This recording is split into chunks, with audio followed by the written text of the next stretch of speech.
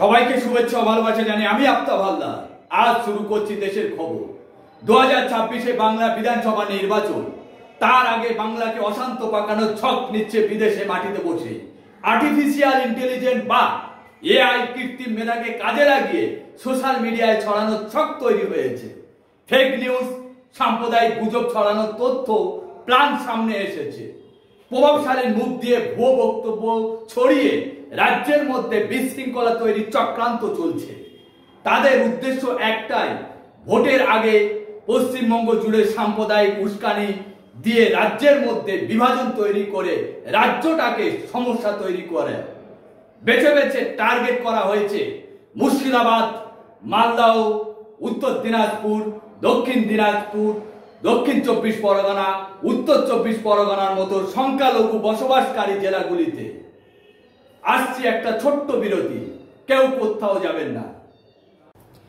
ভ্রমণ পিপাসু বাঙালিরা আজও বিশ্বের কোনায় কোনায় অবসর জীবনের একঘেয়েমি ও সংসার জীবনে বন্দী থাকা শিকল ভেঙে পরিবারের সবাইকে নিয়ে বেরিয়ে পড়ুন আমাদের সঙ্গে। আপনাদের আশীর্বাদে ছুটিতে যায় ট্রাভেল ক্লাব 2026 সালে নিয়ে এসেছে সারা ভারতবর্ষের বিভিন্ন প্রান্তের ভ্রমণ ঠিকানা, যা আপনাদের সাধ্যের মধ্যে। চলুন তা দেখে নেওয়া যাক। কাশ্মীর 13 দিন 21,500 মাত্র। আমরা যাচ্ছি 8-2-5-3-24-4-5-7-10-2026। রাজস্থান 15 দিন 28,000 মাত্র। আমরা যাচ্ছি 8-1-19-10-9-11-10-12-2026।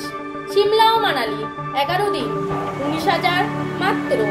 আমরা যাচ্ছি 22-23-24-5-4-18-10-2026। কেরালা 14 দিন 27,000 মাত্র। আমরা যাচ্ছি 25-1-4-9-18-10-2026। যারা যারা আমাদের সঙ্গে যেতে চাইছেন তারা এই নম্বরে যোগাযোগ করুন 7098323756 এই নম্বরে। বিরতির পর ফিরে এলাম। সুপরিকল্পিতভাবে গুজব ও ফেক নিউজ ছড়িয়ে বিদ্বেষের উস্কানি দেওয়া হয়েছে। এ রাজ্যে বিভিন্ন এলাকায় প্রশাসনের নজরে আসতে দেরি হয়নি। শুধু মুর্শিদাবাদ জেলাতে গুজব ছড়ানোর অভিযোগে প্রায় 1,100 ভুয়ো সোশ্যাল মিডিয়ার অ্যাকাউন্ট বন্ধ করা হয়েছে। 486 জনকে চিহ্নিত করে জিজ্ঞাসাবাদ করা হয়েছে। তারা ফেসবুক, ইনস্টাগ্রাম, ইউটিউব ও এক্স হ্যান্ডেলের মতো সোশ্যাল মিডিয়ায় প্ল্যাটফর্ম কাজে লাগিয়ে সাম্প্রদায়িক উত্তেজনা ছড়াচ্ছিল।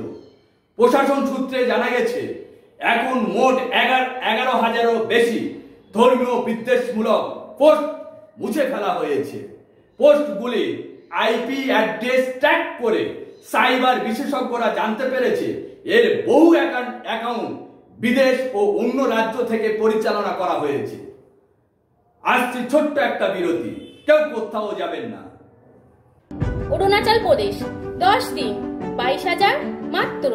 আমরা যাচ্ছি 10-2-11-3-5-4-18-4-19-10-2026। উত্তর ভারত 11 দিন 18,000 মাত্র।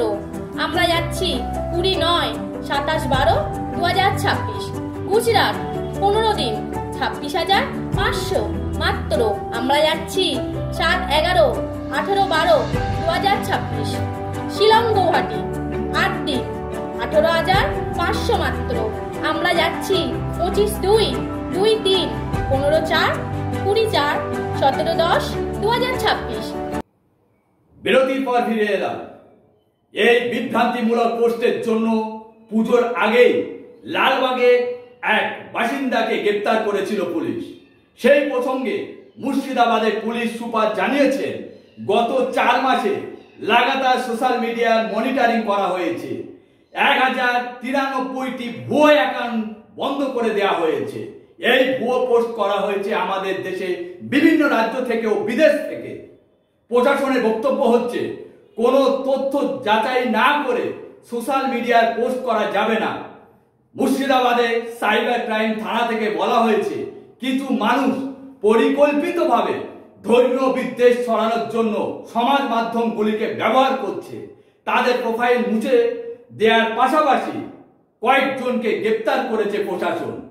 এখন প্রশ্ন হচ্ছে, বাংলায় ধর্মীয় বিদ্বেষ ছড়িয়ে কোন পার্টির আসলে লাভ হবে সেটা আপনারা ভালোই জানেন।